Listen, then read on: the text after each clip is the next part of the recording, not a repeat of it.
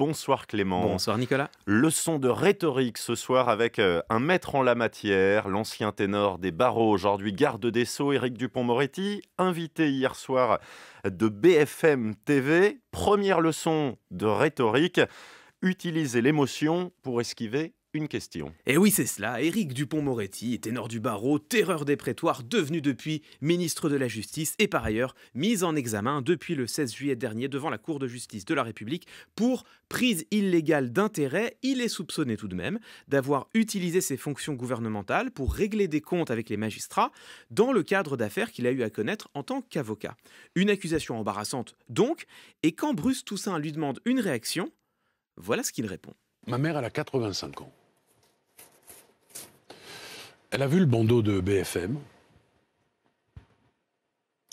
et elle a vu que j'allais être ou que j'étais impliqué dans une affaire de prise illégale d'intérêt. Ça, c'est pour moi très difficile à supporter.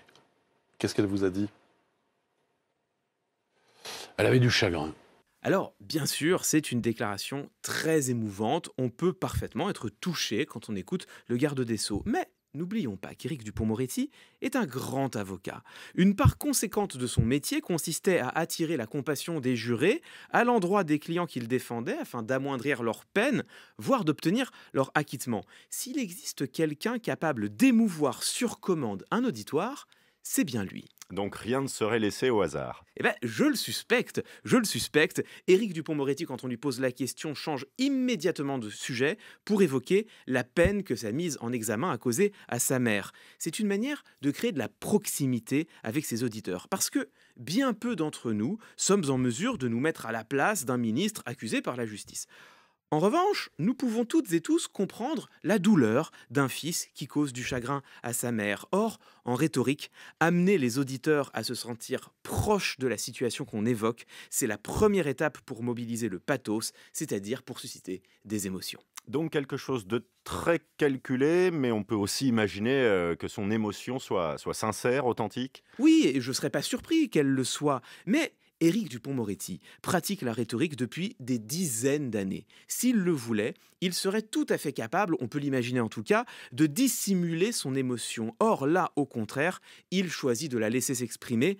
Mieux, il la met en valeur, il laisse de très longs silences, il verbalise sa propre douleur. Quand il dit « ça, c'est pour moi très difficile à supporter », or, il y a un principe fondamental en psychologie, c'est ce que l'on appelle la contagion émotionnel.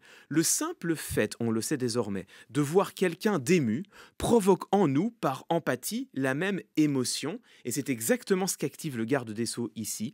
Il mobilise notre compassion à son endroit.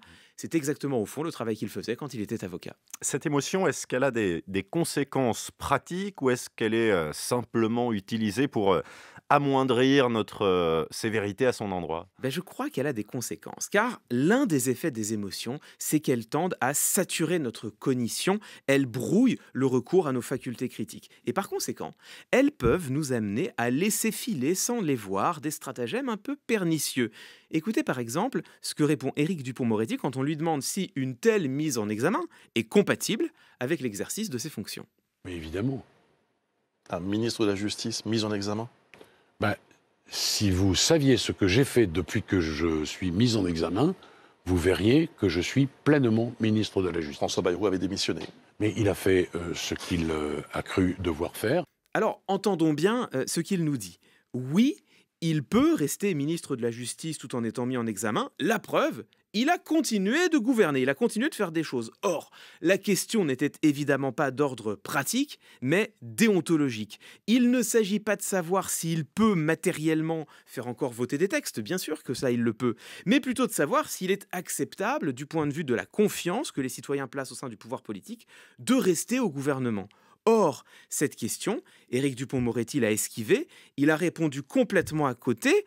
Alors, dit comme ça, Le procédé a l'air gros, mais parce que nous sommes encore sous le coup de l'émotion, nous pouvons échouer à le repérer et ne pas nous offusquer qu'il réponde à côté. Ouais, question d'une démission ou non qui se pose. On a longtemps appelé ça la jurisprudence Balladur. Et oui, pourtant, c'est une règle tacite. Depuis le gouvernement d'Édouard Balladur, un ministre mis en examen démissionne. C'est cette règle que François Bayrou s'était appliquée au début du quinquennat.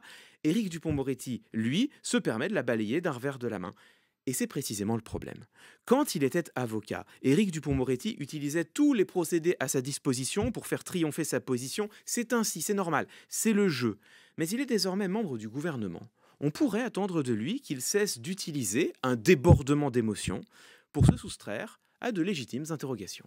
Clément Viktorovitch, entre les lignes, comme chaque soir, dans le 17-20.